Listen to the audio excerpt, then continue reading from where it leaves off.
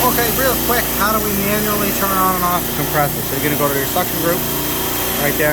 Right, so I have these two compressors, these two bad boys are manually turned on right now, right? So we're gonna go to your suction group, and we're gonna go over to service, so over, service, right there. I'm gonna go down. I'm gonna look for the compressor. So these are A1, A2, A3, A4, A4C, all the control compressors right there, right? So those are those ones. We don't want those ones, we're gonna keep going.